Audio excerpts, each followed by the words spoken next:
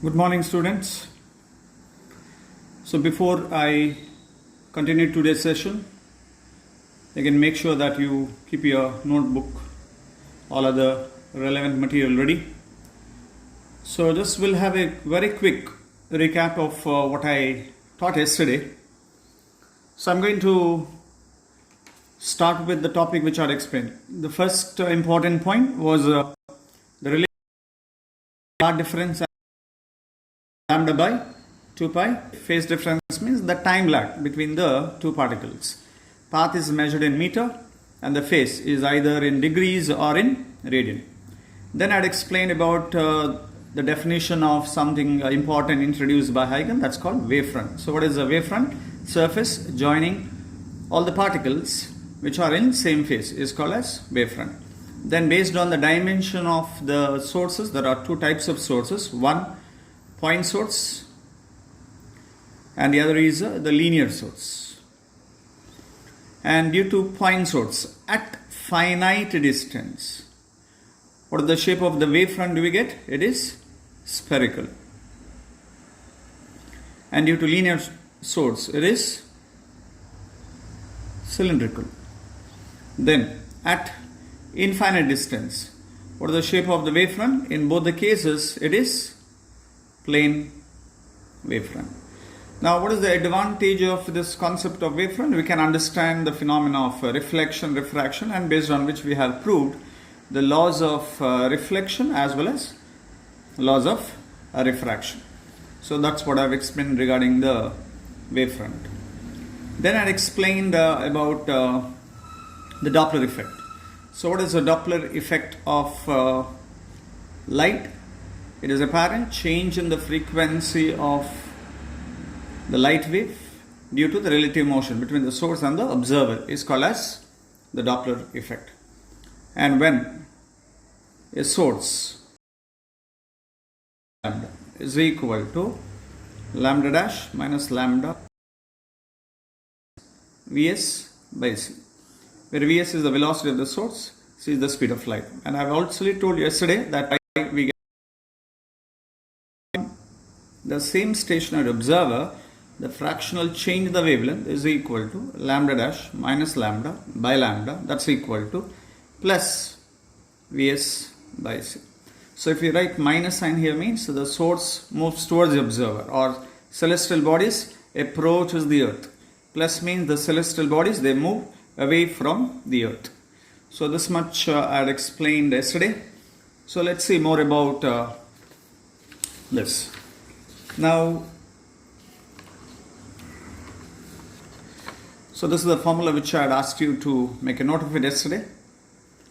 Fractional change in the wavelength when the source approaches. So now if the source approaches the observer, the apparent wavelength is lesser than the real. Frequency is more, but wavelength is less. When the apparent wavelength is lesser than the lambda, apparent wavelength is lesser. That means if I take the visible spectrum. Now what is visible spectrum?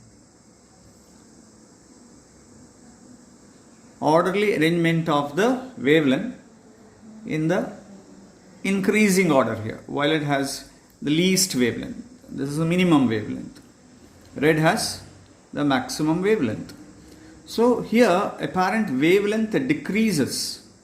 When the apparent wavelength decreases in the visible spectrum, decrease means it is towards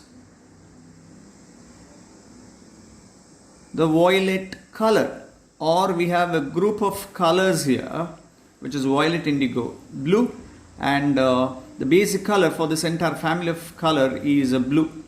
Therefore the wavelength shifts towards blue. So that's why such shift is called as blue shift. So therefore when do we get blue shift? When the source approaches the observer. What happens when the source approaches the observer? Apparent frequency is more than the real. Apparent frequency is more than the real. Apparent wavelength is lesser than the real. That means there is a decrease in the wavelength compared to the real wavelength. That is apparent, definitely, not a real change in the wavelength. It's apparent wavelength. And since there is a decrease in the visible spectrum, decrease means it's towards the blue region. That's why such shift is called as a blue shift. Now, what happens if the source moves away from the observer? So what happens to the frequency here? The frequency, apparent frequency is lesser than the real, whereas the apparent wavelength is greater than the real wavelength. Apparent wavelength is more. So increase in the apparent wavelength, apparent increase in the wavelength. So what happens in this case? Increase in the wavelength means it is towards, this is in the increasing order, so towards the red region, and such shift is called as the red shift. So we have blue shift and the red shift. Blue shift takes place when the celestial bodies move towards the observer or towards the earth, and red shift takes place when the celestial bodies move away from the earth or away from the observer. And whenever we get light from so this is the earth, and we get light from the various galaxies, and scientists have made a study that whenever we receive light from the various galaxies, there is a red shift takes place. So what is the conclusion? The conclusion is that these galaxies are moving away from it, and that is the reason for concluding that the universe is expanding by studying red shift. So therefore, in this topic of Doppler effect of light, you need to remember two important relations. I believe you have made a note of it yesterday, and then do remember these two shifts, blue shift and red shift. Blue shift takes place when the celestial bodies approaches the earth, and red shift takes place when the celestial bodies move away from the earth.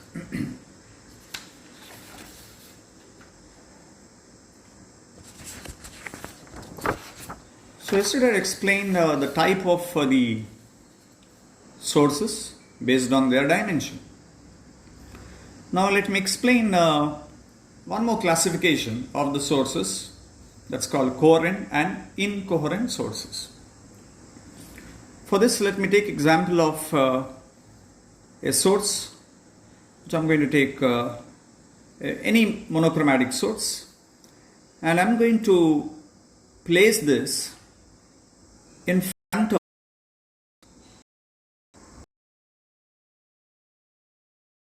the slit, and then it emerges out of it from here. So these are the wave emerging out of the two slits. Now, as you get to see, we have two sets of wave, one emerging out of the first slit, the next emerging out of the other slit. And as this wave emerges out of it, so in this region, they overlap each other. That overlap is also called as superposition of waves, overlapping of the waves. Now, as they overlap, since both the waves are originated from the same source, they are originated from same source. Since they are originated from the same source, we find that they do maintain a constant phase difference, or they are in same phase. So here, these two slits now acts as two sources. They act like sources. The real source is here, but here these two slits, they act like two sources. So therefore, these two sources which emit waves which maintains a constant phase difference or which are in same phase, such sources are called as coherent sources. So how to define coherent sources? Sources which emits waves which maintains a constant phase difference or which are in same phase is called as coherent sources. Now, what are incoherent sources? So I'm going to take two slits, and I'm going to use one real source in front of one of the slit. I'm going to place another real source in front of another slit, and now definitely we do get two sets of waves. But here these two waves are originated from two independent sources.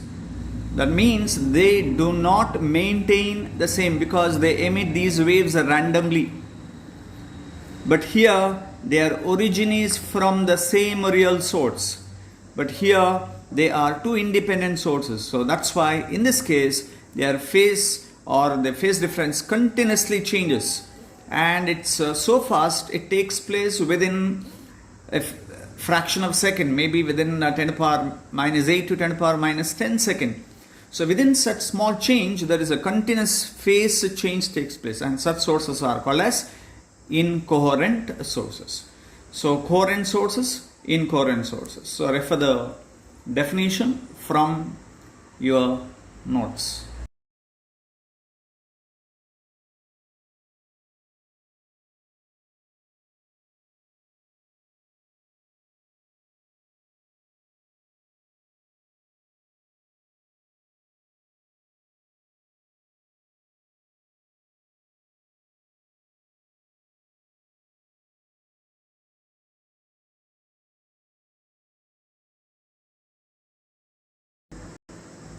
These definitions are given in page 62. If you have the notes, you can do. So what are coherent sources? Sources emitting light waves with same phase or with constant phase difference are called as coherent sources. And again, keep in mind here, two real sources cannot access coherent sources. So to form a coherent source, there has to be one real source, but two slits here behaves like sources. Okay, and this is one of the essential condition for the next topic, which is interference of light waves. So that's why. So classification of the sources is coherent or incoherent based on the phase difference between the two waves. So if I take two independent sources, they do not act as coherent sources because they emit waves independent of each other. So there will be continuous. The phase change takes place, and that's why they act as incoherent sources. So do remember these two terms, coherent and incoherent sources. Now let's recall, so this is the topic which you all have learned.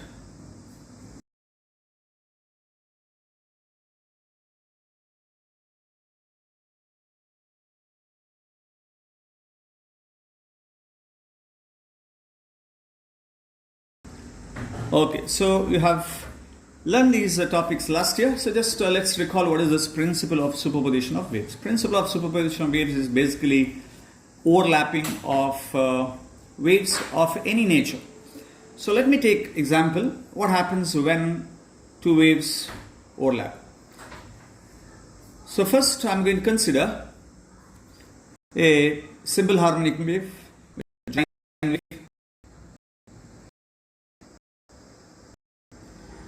And in this sine wave, so here the display the time. Now is a transverse wave, then this refers to the crest and this refers to trough. If it is a longitudinal wave, then this refers to the compression region and this refers to rarefaction region. So here I have considered a displacement of a wave which is a sinusoidal wave. Now what this represent? So this represents its amplitude. And amplitude is a scalar or a vector quantity. It is a vector quantity, not a scalar. So let me take A is the amplitude of it. So this is the amplitude. When another identical wave, because superposition of only two waves of identical nature is possible, so there cannot be superposition of a sound wave with that of a light wave. So either superposition of two light waves or superposition of two sound waves are possible. Now let me consider one more wave. Now what is the other possibility of the superposition? Where two waves, so this is wave number one having amplitude A, and then this is another wave having amplitude B. So this is A and this is B. So this is A and this is B. So what happens when two waves of identical nature overlap? So according to the principle of superposition, whenever two waves of identical nature overlap, then the resultant displacement of the particle of the medium is equal to the vector sum of the displacement due to individual waves. So this is the principle of superposition. So in this case, I've taken transverse wave. So crest of one will overlap with the crest of the other. And whenever crest overlap with the crest of the other, we get a resultant wave having more amplitude. So in this case, the amplitude increases. Why it increases? Because here we have two vectors. Amplitude is a vector. So vector A and vector B are both in the same direction. When both are in the same direction, what is the angle between them? The angle between them is 0. When angle between them is 0, the resultant is a maximum. So you know R max is equal to A plus B. So therefore, the amplitude of the resultant wave is a maximum, which is A plus B. Same thing here. The trough of one overlaps with the trough of the other, the amplitude increases. And this kind of overlapping is also called as constructive superposition. So during constructive superposition, resultant amplitude will be sum of the individual amplitude, A plus B.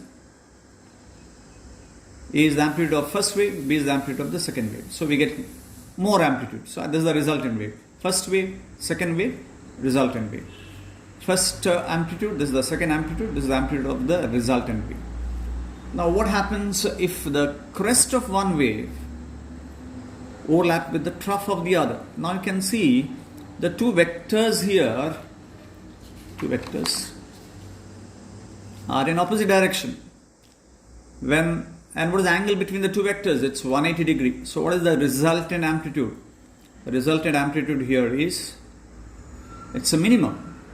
And it is not A minus B because B is greater. So it is B minus A. Our minimum is B minus A. So what happens to the amplitude of the resultant wave? It decreases and it will be in the direction of B. So we get a resultant wave having amplitude which is B minus A. Now what if the amplitudes are equal in this case? If the amplitudes are equal, then there will not be any net displacement, so net displacement is 0. In this case, what if the amplitudes are equal? If A is equal to B, then the resultant amplitude will be 2A. Here it will be 0, provided the two waves are of same amplitude. And this type of superposition is called as destructive superposition. So we have two types of superposition of wave, basically. One constructive, other is the destructive. During constructive superposition, increase in amplitude takes place, and during destructive superposition there will be the intensity of a wave. If you consider a source which emits light energy in all possible directions, at a particular point, if I want to measure the intensity of the light wave, by the way, how do we measure the intensity? Intensity I is measured as amount of energy which is flowing per second, that means in a given time, per unit area around that point. So I have to consider a small area for that. So this is how we measure intensity. So how do we measure intensity? So intensity at a point is defined as amount of energy flowing per second per unit area. Now let's see the unit part of it. So what is the unit of energy? It's in joule. Energy is measured in joule. Time in second. Area meter square. By the way, what's joule per second? Joule per second is nothing but watt per meter square. So this is the unit of intensity of any type of wave. Okay, so intensity of a wave is measured as watt per meter square. Now last year again we have learned that the energy, maximum energy stored in a particle executing simple harmonic motion is given by, you remember that equation, it's half m a square omega square. M is the mass of the particle, a is the amplitude, and omega is the angular velocity or angular frequency, which you can even express in terms of the frequency as 2 pi f. Now, how energy varies with amplitude? It's directly proportional to the square of the amplitude. And how intensity varies with energy? Directly proportional. So therefore, what is the relation between intensity and amplitude, or how they are related? So here we have an important conclusion which you have to remember, that intensity is always directly proportional to square of the amplitude. So time to make a note of the relation between the intensity and amplitude. So please write relation between intensity and amplitude, i.e. proportional to a square. So proportionality here constant will be rest of the values. Okay. So we have half is there, m is there, omega is there, so many other factors, we can write it. So this is a relation, intensity proportional to square of the amplitude. Right. So this chapter, which is wave optics. Wave optics obviously deals with study of wave phenomenon or study of wave nature of the light. And which are the phenomenon that is exhibited by the wave nature? There are three important phenomena. One, interference, and the other is the diffraction, other is the polarization. So just before that, when I had explained principle of superposition of the waves. So do you remember which are just recall those 4 examples. I'll give you just a few seconds to recall. Illustration for principle of superposition of the waves. There are 4 illustrations which we had given. Interference, and then diffraction, and the last, formation of stationary waves are the illustration for the principle of superposition of the waves. And just to mention about one particular phenomenon, that's a beats. Now, what are beats? What is the definition of the beats? Again, recall, if possible. What is beats? Periodic rise and fall in the intensity. Periodic rise and fall in the intensity. That means there is increase in intensity and there is a decrease in the intensity. Periodic rise and fall in the intensity of the sound waves due to superposition of 2 sound waves of slightly different frequencies, because that is the very much essential condition for the formation of the beats. The difference of the frequency should be very small. And just to remind, so what is that maximum difference for which the beats can be, or what is the maximum difference in the frequency beyond which there is beats cannot be heard? The answer is 10 beats. Okay. So coming back to a similar phenomenon which we are going to learn. So this is the reason why I had explained the principle of superposition. So we have phenomenon which is interference of light waves. Now this phenomenon of interference of light waves is demonstrated experimentally by Thomas Young. So what was the experimental arrangement setup? So he used a monochromatic source,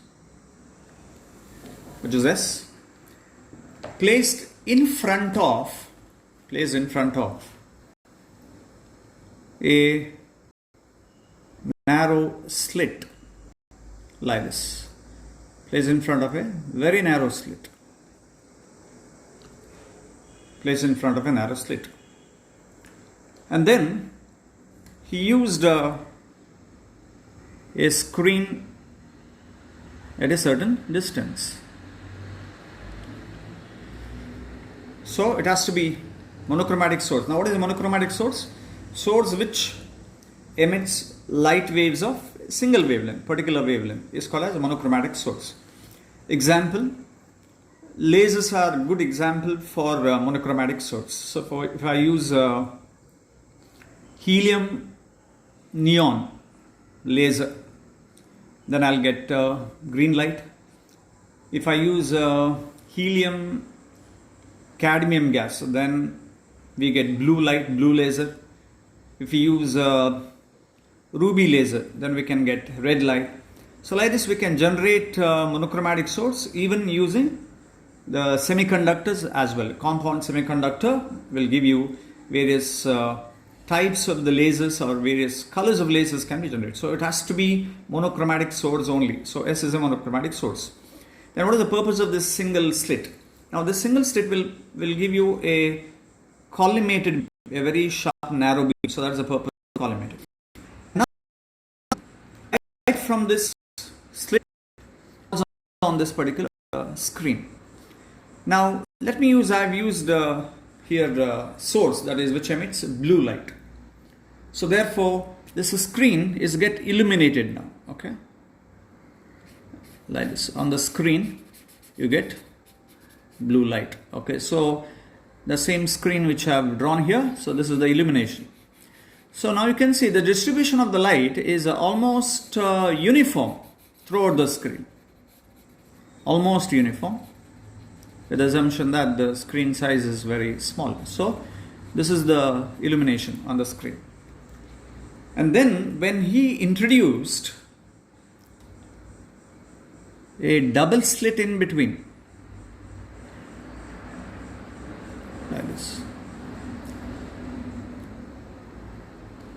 double slit, so that those two slits are very close to each other. The single slit is still there, and now when he introduced a double slit in between the screen and the single slit, he observed there is a change in the pattern on the screen, and that pattern is shown here. This is the pattern, okay, and the pattern consists of alternative, bright and dark regions. Alternative, bright and the dark region. Okay, let me color this here. The pattern changes something like this: alternative, bright and the dark, bright and the dark. So let me magnify this. So one of the region is a blue in color, and then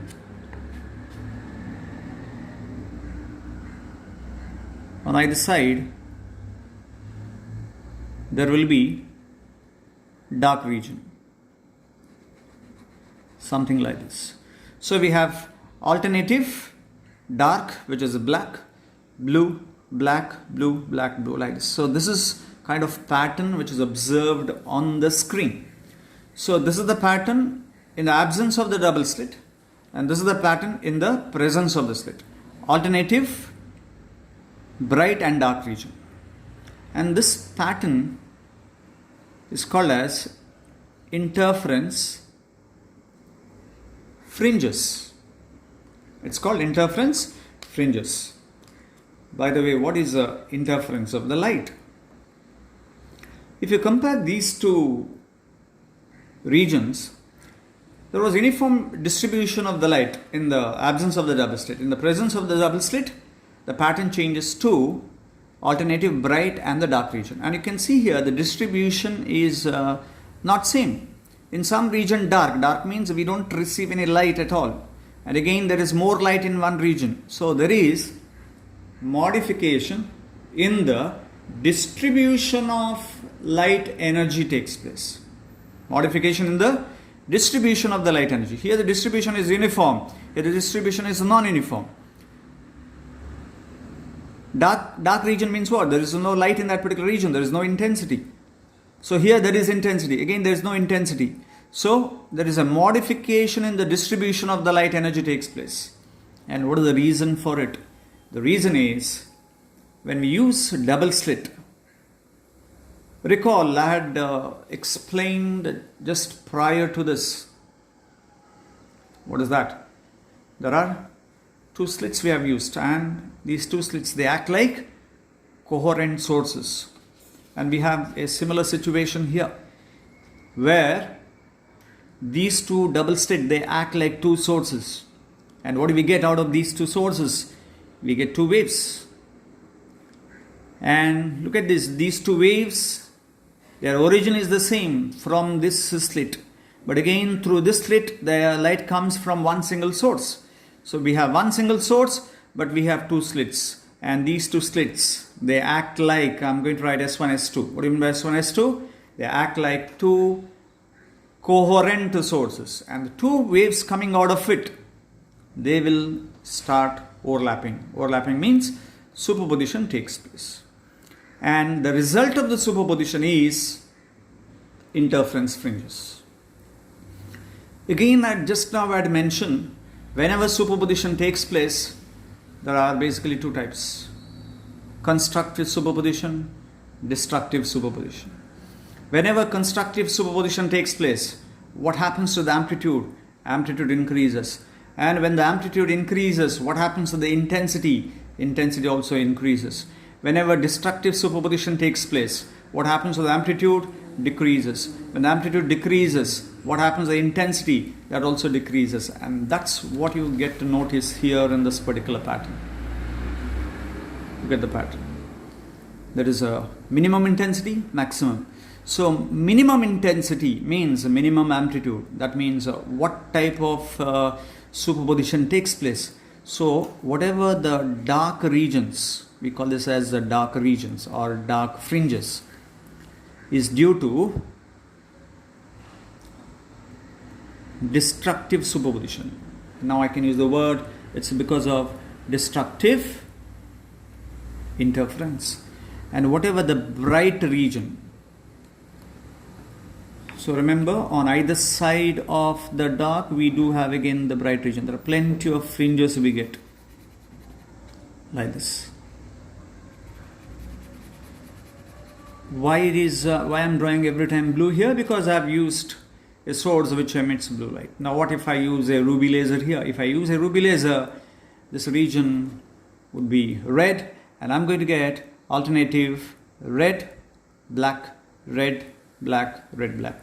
What if I use a sodium vapor lamp? Even though it's not purely monochromatic, so, but it can be approximately used as a monochromatic source. What is the color of the light emitted by the sodium vapor lamp? It's yellow. So we get yellow, black, yellow, black, yellow, black. So we have to use monochromatic source. So later we'll see what if we use a polychromatic source. So that's the analysis, we'll do it later.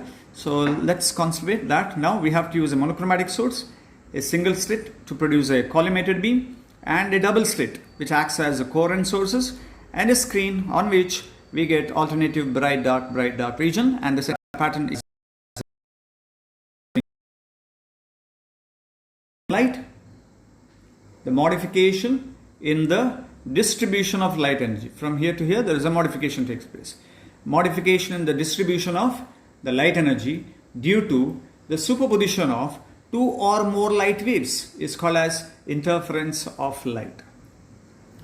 So please repeat the definition along with me, and it's given in page 62. If you have the notes, please refer page 62.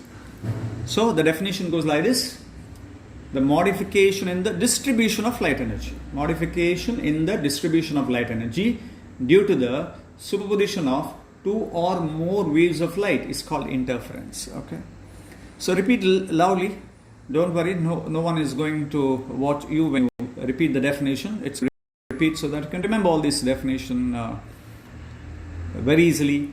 So again, let's repeat the definition. The modification in the distribution of the light energy due to the superposition of two or more, because I've used the two waves here, it's a possible for superposition of any number of waves. So once again, the modification of the distribution of the light energy due to the superposition of two or more waves of light is called interference.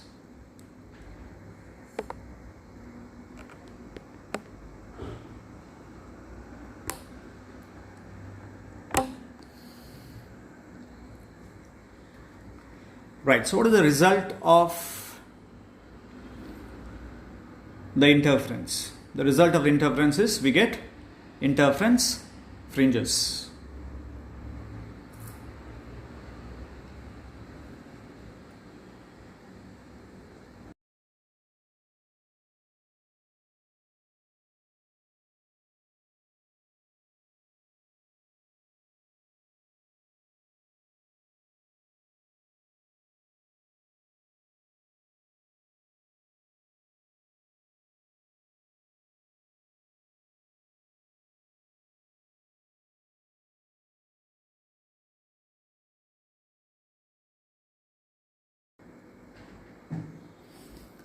So we get interference fringes, alternative bright and dark regions here.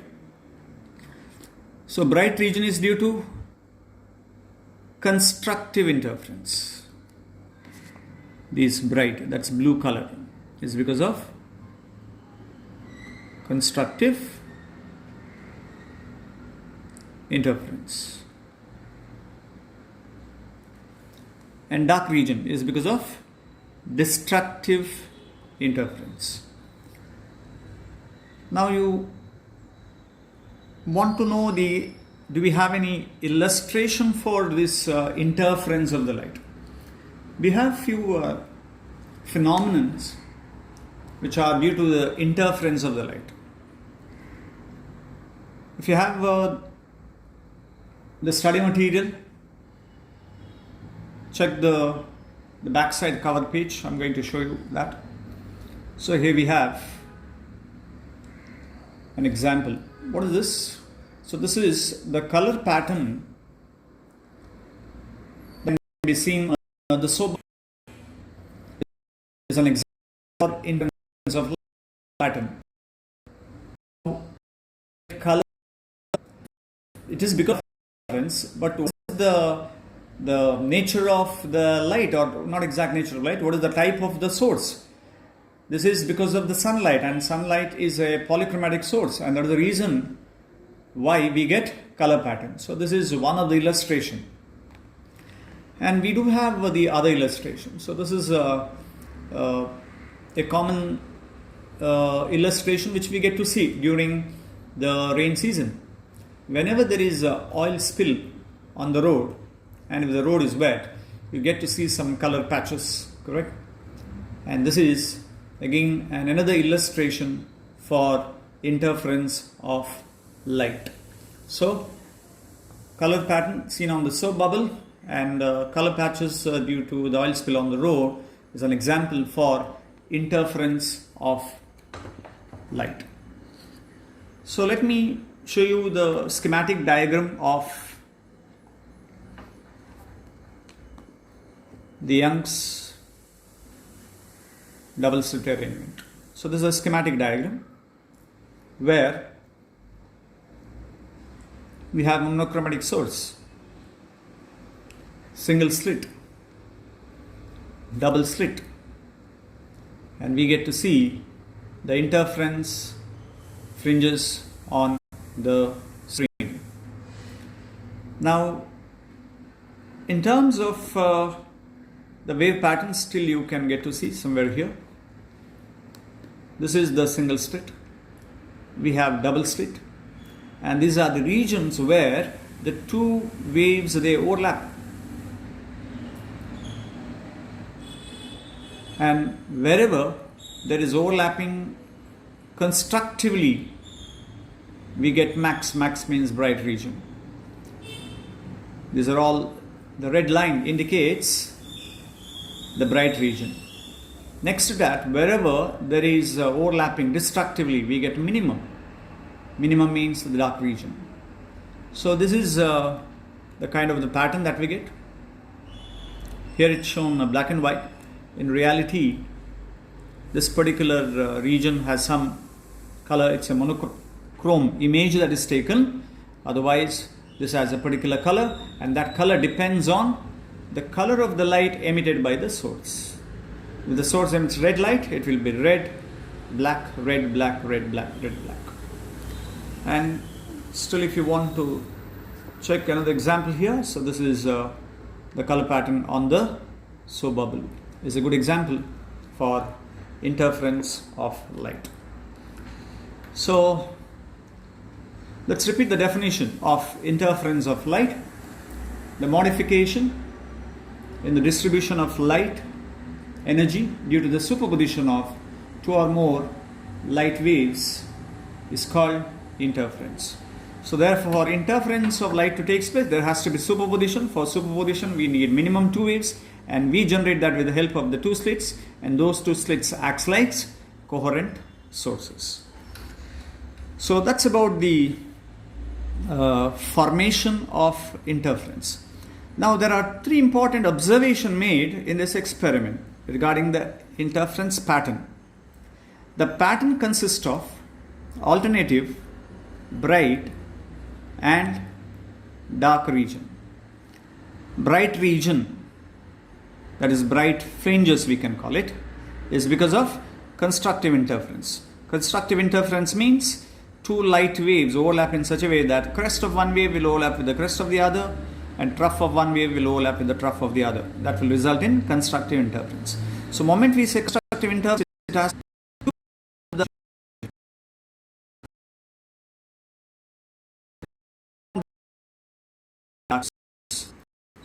So the observation, first, interference fringes consist of alternative, bright and dark region. Then intensity of all bright region or bright fringes are same. Intensity of all these regions are found to be same. This observation made in Young's experiment. Similarly, intensity of all dark fringes is also same. If I consider the intensity of these, that is also found to be same. So what are the three important conclusions? Conclusion number one, the interference pattern consists of alternative, bright and dark region, and intensity of all bright regions are same, and intensity of all dark regions are same. See, beats is an example. I've told you it's interference of sound. So what happens in the case of beats? Whenever there is an interference of the sound takes place, periodic rise and fall in the intensity takes place. Periodic rise and fall in the intensity. Periodic rise in the intensity means there is increase in intensity. That is because of the constructive interference, where compression of one wave will overlap with the compression of the other, and the rarefaction of one wave will overlap with the rarefaction of the other, because sound is a longitudinal wave. And periodic rise and fall in the intensity. Why there is a decrease in the intensity? Because compression of one will overlap with the rarefaction of the other.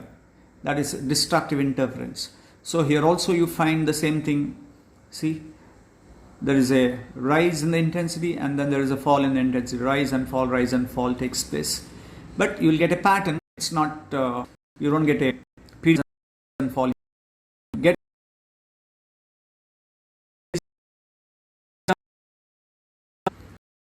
interference of light wave is alternative, dark and the bright regions. And I've already given two examples. Do remember, one is color pattern formed on the soap bubble, and the other color pattern seen due to the oil spill on the road is an example for interference of light. So hope you understood what happens whenever the interference of light takes place, especially in this Young's double slit experiment. We get alternative, bright and the dark region.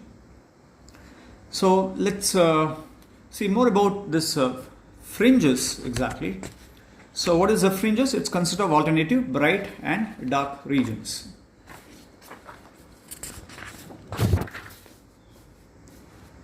So first, what exactly a fringe, and how to find the fringe width of it.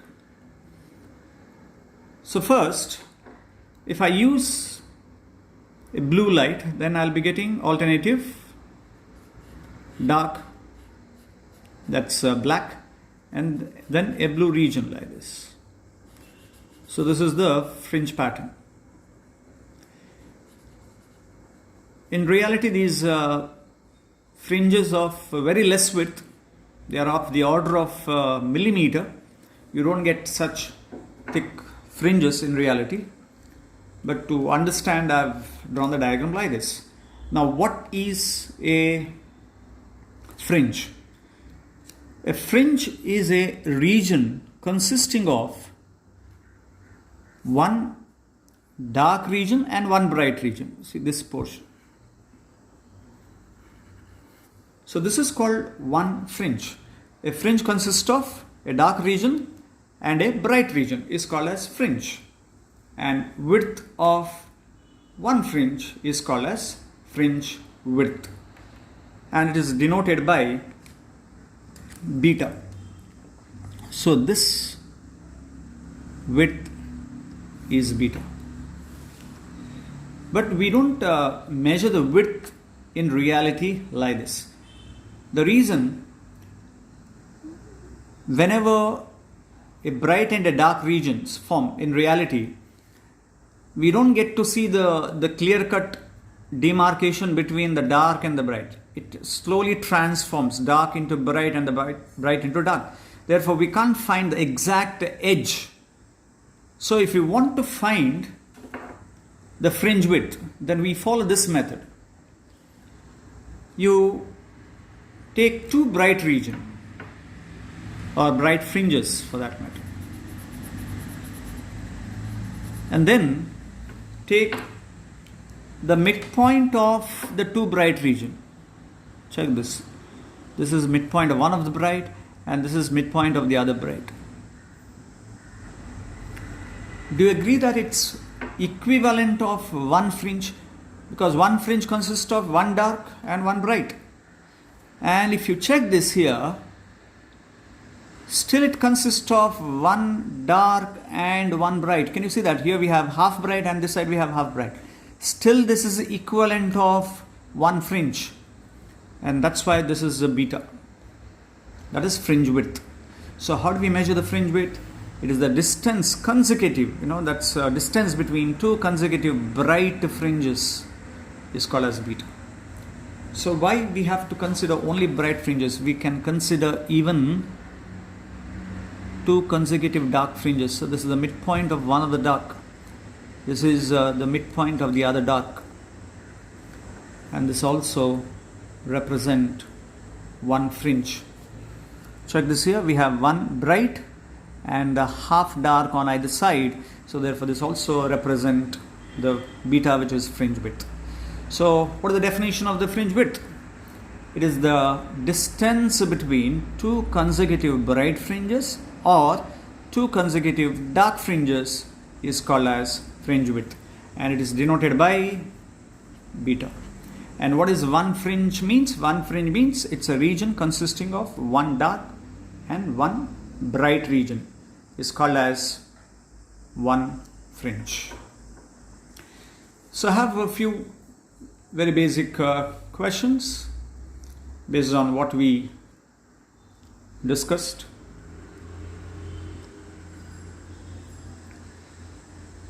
So let's try to answer this. So first question, what is meant by interference of light? So it has appeared in one of the important question, really question, even the answer also for the examination. So what is the definition? So we have repeated already n times. So let's repeat now, n plus 1 the time. The modification in the distribution of the light energy due to the superposition of two or more waves of light is called interference of light. Next question. What is the distance between a bright and an immediate dark fringe? Tell me the answer in terms of beta. What is the distance between a bright and an immediate dark fringe? What is the distance between a bright and immediate? The answer is beta by 2. So do remember, between a dark to dark. So the next question, which type of wave exhibit interference? Longitudinal or transverse? Which type of wave exhibit interference? Is it longitudinal or transverse? So just now we have studied interference of light, which is a transverse wave. And I've also told you beats is nothing but interference of sound wave, which is longitudinal wave. So the answer to this question, which type of wave exhibit interference, is both longitudinal as well as transverse. So this kind of possible in the examination. So hope you have understood the fundamental about whenever two light waves are incident.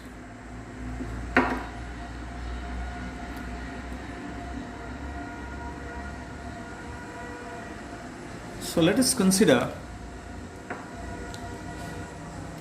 propagation of a monochromatic source. So here we have a source of light. It emits light wave, and light is a transverse wave. So propagation of the wave is going to represent this. Then I'm going to draw, this is the trough. Again we have the crest, and then we have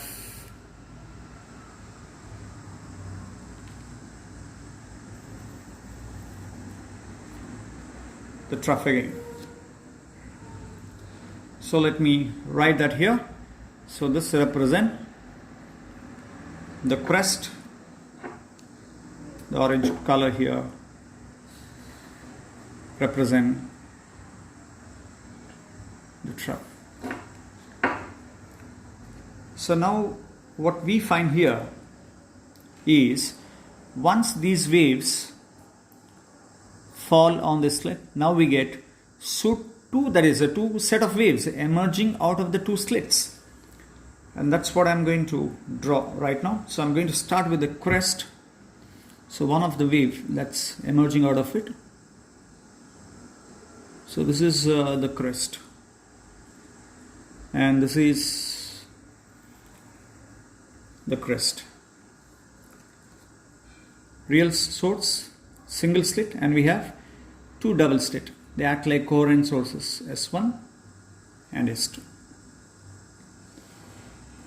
Next I have to draw the trough for both the waves.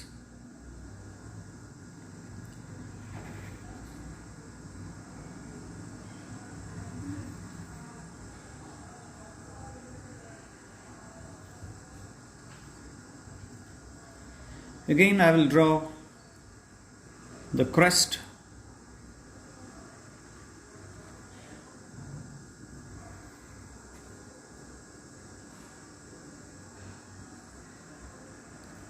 for this wave.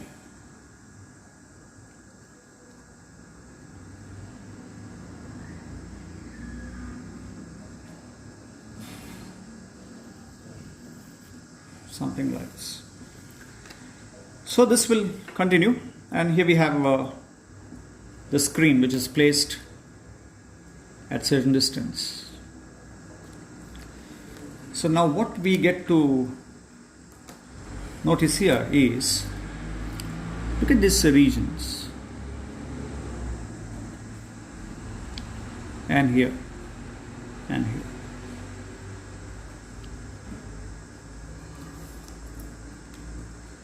So what we find is, see, identical color overlap.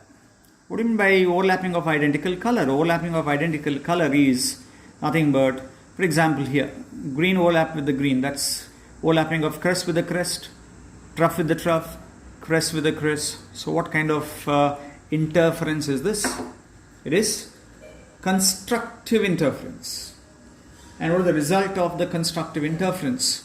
Due to the constructive interference, amplitude increases, intensity increases, and when the intensity increases, we get what type of fringes we get? The bright fringe. So this is how we get the bright fringe. And the bright fringe which is formed here, this is also called as the central bright fringe. Central bright fringe. And where do we get the central bright fringe, by the way? We get it exactly opposite of the midpoint of the two slits. This is one slit, these two slits. Again, remember, these two slits are very close to each other. Their separation is again in millimeter, but I've drawn here in with a separation of several centimeter. It's not possible to draw them such a close distance. So these two are very close to each other, and we have to take the midpoint of it, and exactly opposite to that we get a fringe which is always bright in color, and we call that as central bright fringe. So this reference fringe is very important. Okay. Now what do we get next to bright? Next to bright, it has to be a dark fringe, and that's what we find here. Look at this overlapping of green with orange. That's crest trough overlapping. So if I extend it like this, I'm going to get a dark fringe. So next to bright, there has to be a dark fringe. Then look at this overlapping here again. Crest overlap with the trough, overlapping with the crest with the trough, crest with the trough. So it is what type of interference? Destructive interference.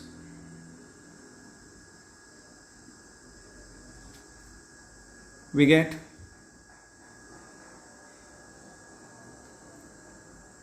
a dark fringe. So this is how we get alternative bright, dark fringes are formed, and this is how one can understand the overlapping or phenomenon of interference of light. So remember, the color of the dark will be black, and the color of the bright region will be same as that of the color of the light emitted by this monochromatic source. And I've already given an example. You can use a different color laser, red, blue or green, or even sodium vapor lamp yellow.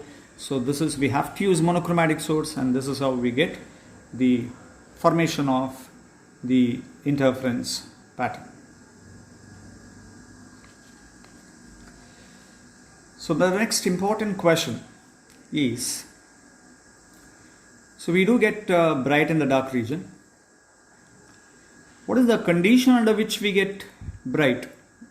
What is the condition under which we get dark region? So for that we have some theory that we are going to learn now.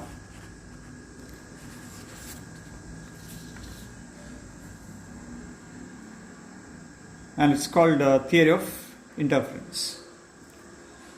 And when we study, we can learn theory of interference waves of same amplitude.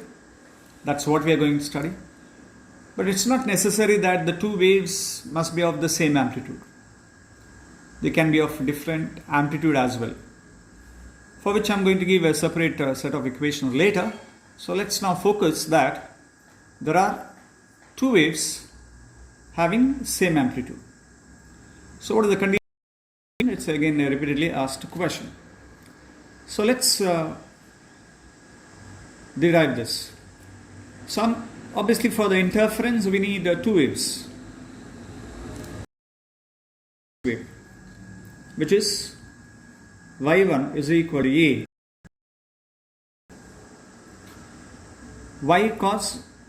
There is no simple reason. I can even take a sine as well, but in the NC they have derived it with the sine function. That's what cos. You can derive the help of the sine function.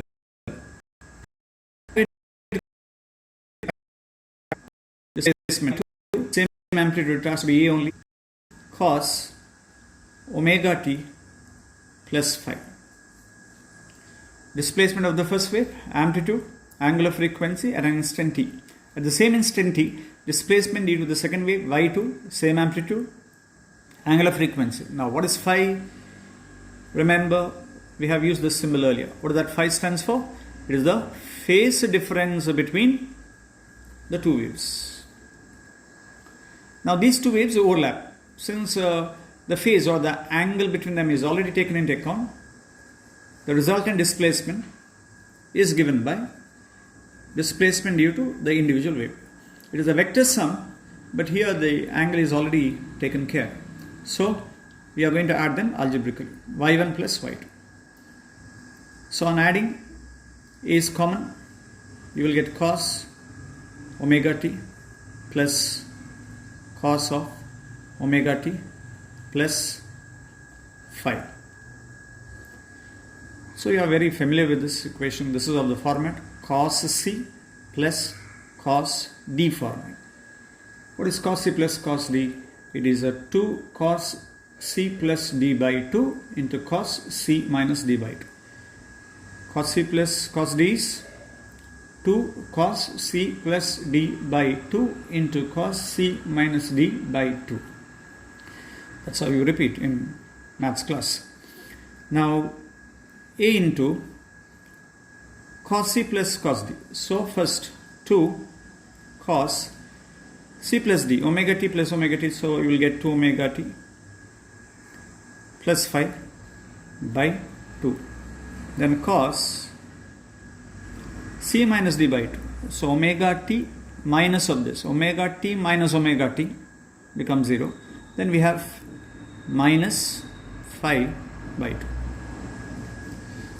So let me write this 2a here. I will write this function here cos, and again cos of minus theta is nothing but cos theta, which is cos 5 by 2 into cos, divide both the terms by 2 here, which is omega t plus 5 by 2. Now this is why. We know that between the two waves, phi is the phase difference.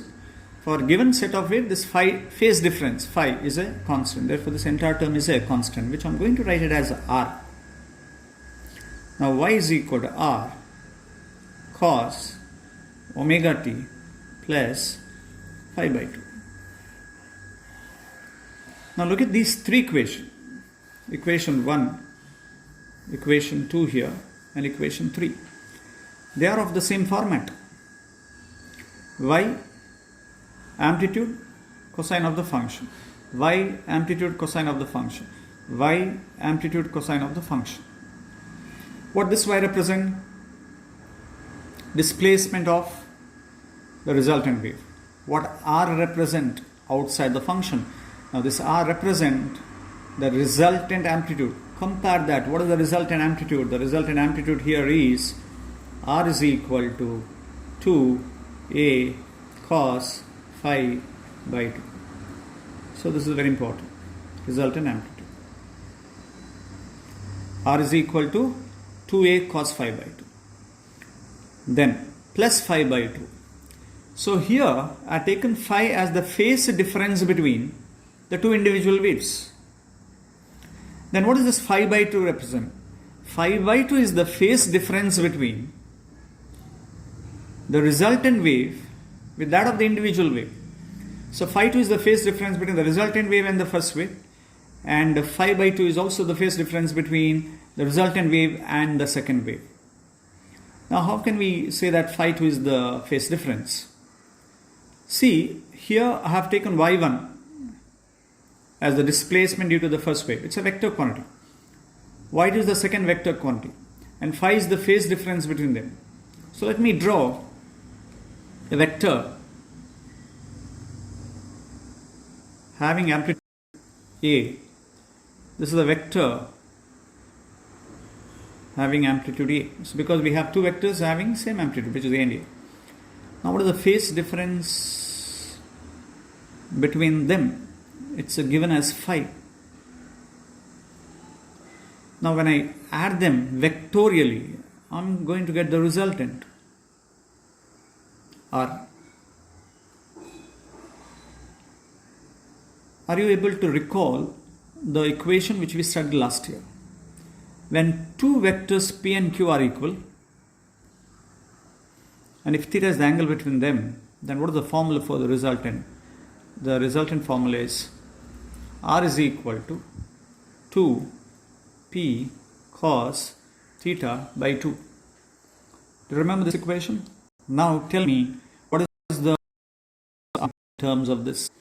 Here R is equal to 2, the vector is A, cos theta by 2. Here the angle between the two vectors is phi, so we get phi by 2.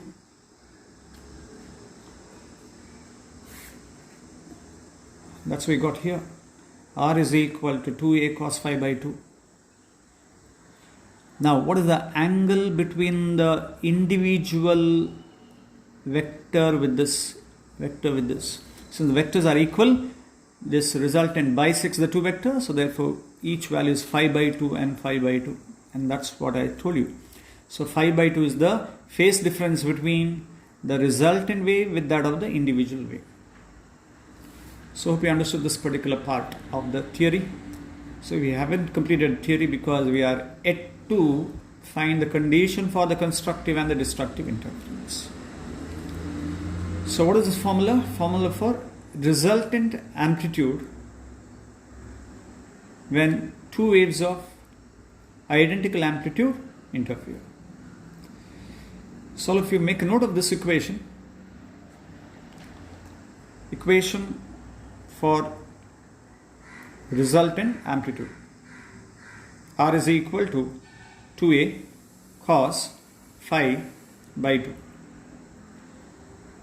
where A is the amplitude of individual waves. And what is phi? Phi is the phase difference between the two waves. Finished writing?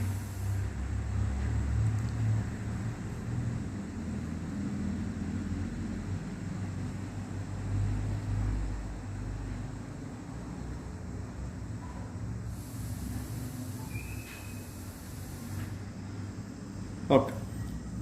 Square this. When you square it, you will get r square is equal to 4a square cos square phi by 2. For what reason I have squared this? So that I can relate the intensity of the resultant wave is directly proportional to square of the amplitude. So IR is proportional R square. Intensity of the individual wave is directly proportional to square of the amplitude. So IR is proportional to R square, I is proportional to A square. So now we can replace, since the proportionality constant is there on either side, you can see we have A square proportional to I and R square proportional to IR. So I'm going to write this equation as IR is equal to 4. I'll write this equation first. 4a square cos square phi by 2. It is also same as 4, which you have to write now. So what's IR? Intensity of the resultant wave. 4a square, 4 times square of the amplitude of individual wave, cos square phi by 2, where phi is the phase difference. 4i cos square phi by 2. This is the intensity of the resultant wave. This is the intensity of the waves, two waves which are overlapping. Both are identical. Why they are identical? Because amplitude is same. That's what we are analyzing. Two waves are of same intensity. That's what we are analyzing. So that's why IR is equal to 4a square cos square phi by 2 or 4i cos square phi by 2. Now again we haven't completed it. It's now time to write the condition for constructive interference. So first I'm going to start with the constructive interference. Constructive. Then I'll explain destructive so that we can compare it later. So what do you mean by constructive interference? Constructive interference means the intensity of the interference fringes is a maximum. So IR is maximum when cos square 5 by 2 5 by which is maximum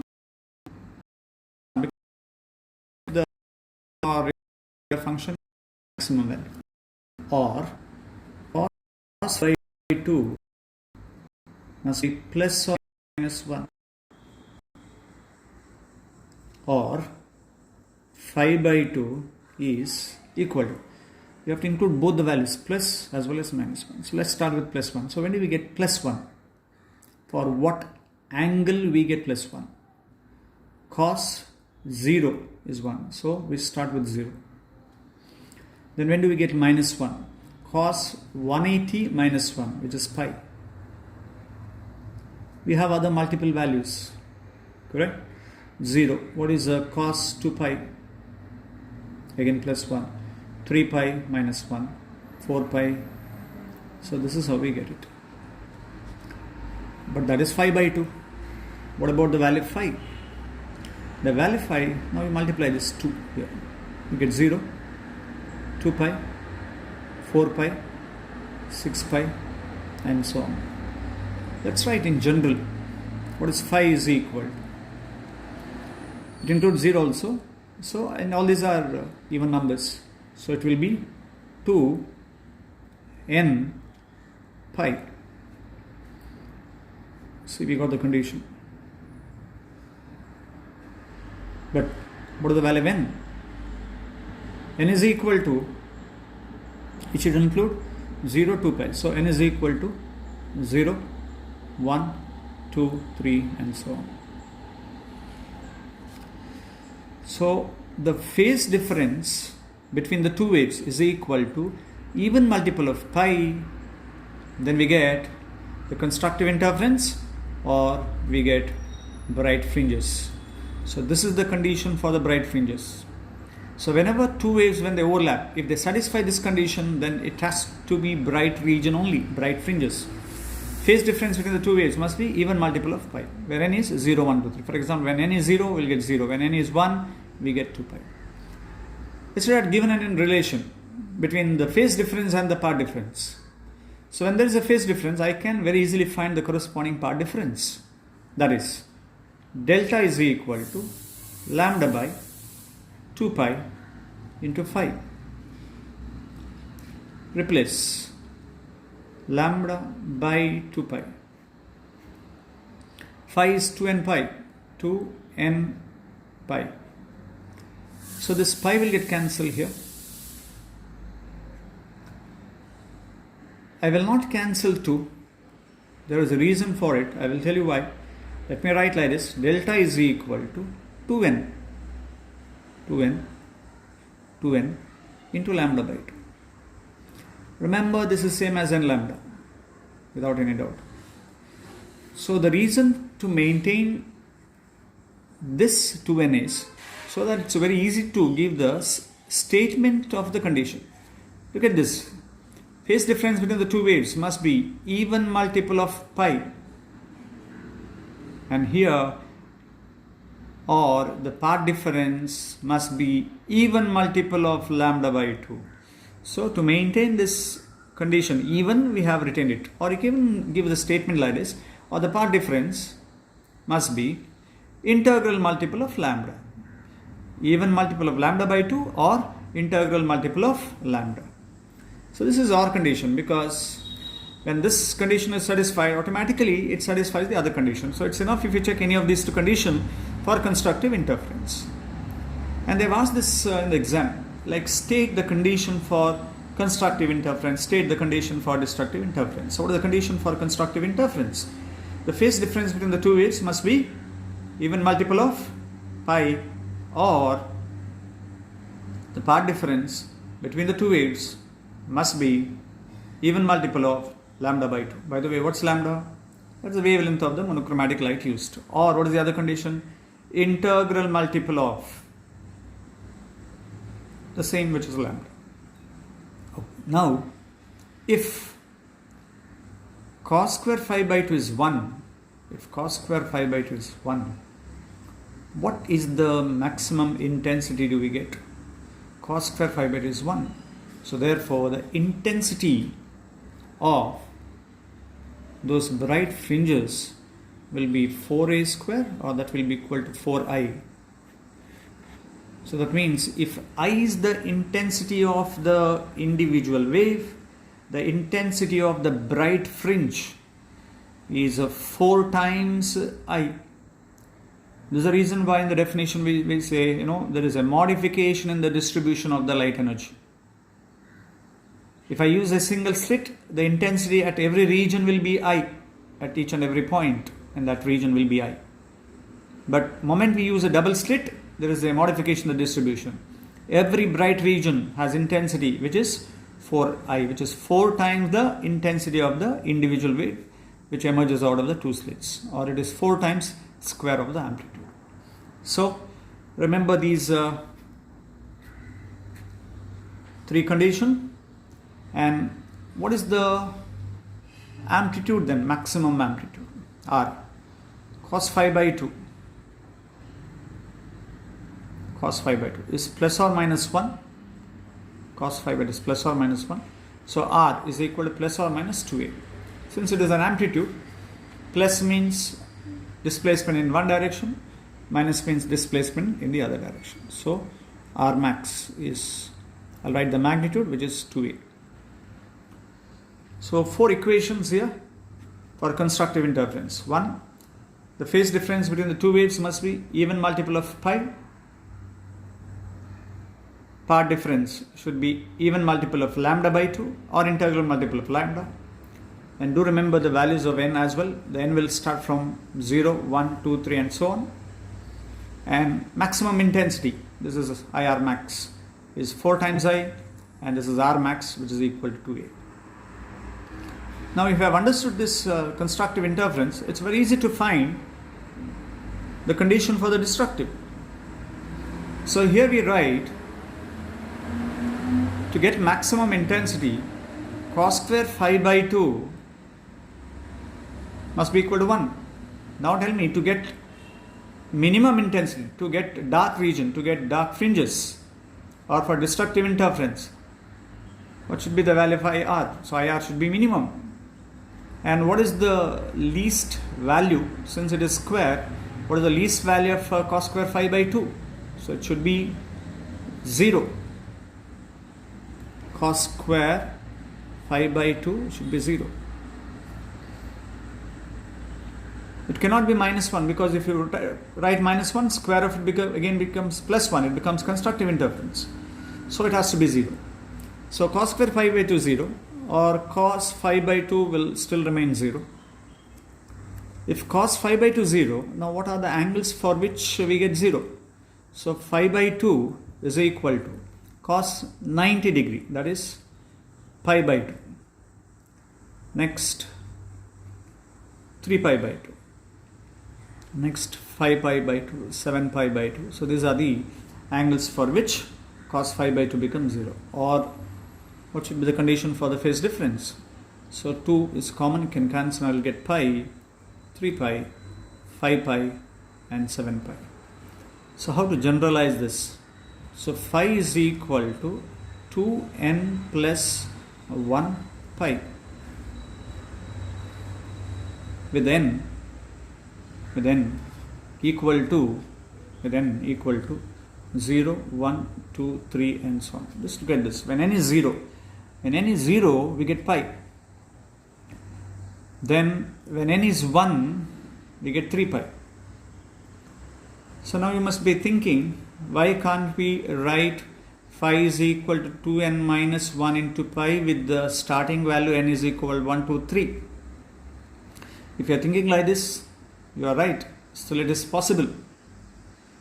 Just to maintain this n in both the cases, we put this equation. So in some of them, they have value like this. Let's stick on one. Let's not get confused with the both. So both the equations are correct. One difference is if 2n plus 1 pi you have to start the value of n as 0, 1, 2, 3. And if you are writing this equation, then you have to start the value of n as a 1, 2, 3. Okay? Both are correct equation, but as I've told you, we are going to maintain one set of equation. Right. So here, check the condition. For constructive interference, the phase difference between the two waves must be even multiple of pi. So what do you think the statement for the destructive interference? The phase difference between the two waves must be odd multiple of pi. Even multiple of pi, odd multiple of pi. So let's find the part difference condition. Or delta is equal to lambda by 2 pi into phi. That's lambda by 2 pi. And phi is 2n plus 1 into pi. So this pi will get cancelled and we'll get delta is equal to 2n plus 1, 2n plus 1 lambda by 2.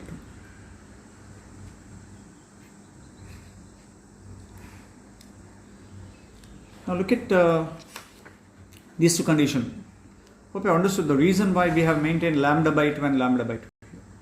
Because it's very easy to state the condition. Part difference between the two waves must be even multiple of lambda by 2. Here, part difference between the two waves must be odd multiple of lambda by 2. Phase difference between the two waves must be even multiple of pi, odd multiple of pi. Remember, when it is the phase, it has to be in terms of the angle, radian, degrees. So that's why pi comes there, pi. Here is the path, so it has to be in terms of the wavelength. Because normally students, they get confused with these term pi and lambda. Sometimes they'll write delta is equal to n pi, they'll write. And phi is equal to 2 lambda. This symbol. This difference here, if cos square phi by 2 0, can you tell me what is the value of the resultant amplitude? And what is the value of the resultant intensity? So the resultant amplitude and the resultant intensity is phi by 2 is 0. So definitely R is 0 and IR is 0. So therefore R minimum is 0. Not only that, I minimum is also 0. And when the intensity becomes 0, we call such, it's a dark fringe, we call such dark fringe as a perfect dark fringe. Perfect dark means there is no intensity. So hope you have understood the theory that I have explained here. It's a very important topic. So the equation which you have to remember is this. Please write first one, R is equal to 2a cos phi by 2. That is the resultant amplitude. Then you write the equation for resultant intensity. IR is equal to 4a square cos square phi by 2 or 4i cos square phi by 2.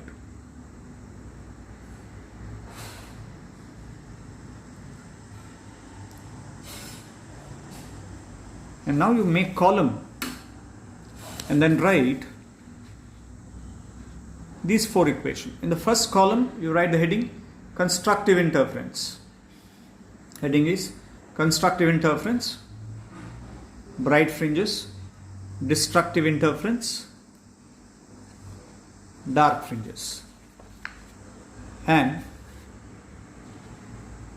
make a note of this comparative equations on either side.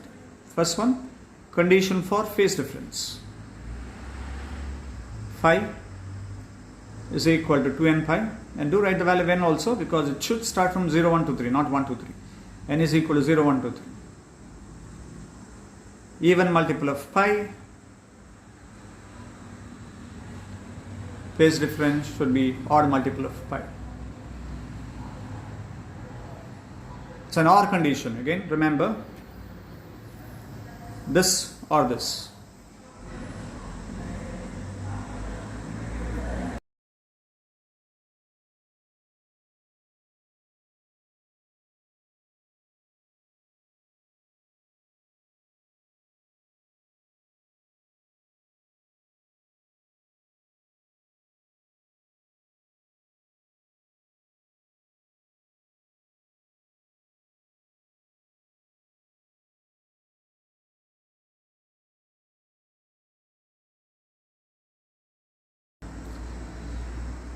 finished writing all this?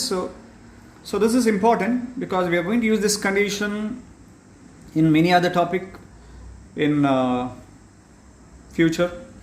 So I'm going to wind up here for today's session. Hope you have understood topics very easily. I will continue the rest tomorrow, same time at 9 o'clock sharp. Till then, bye.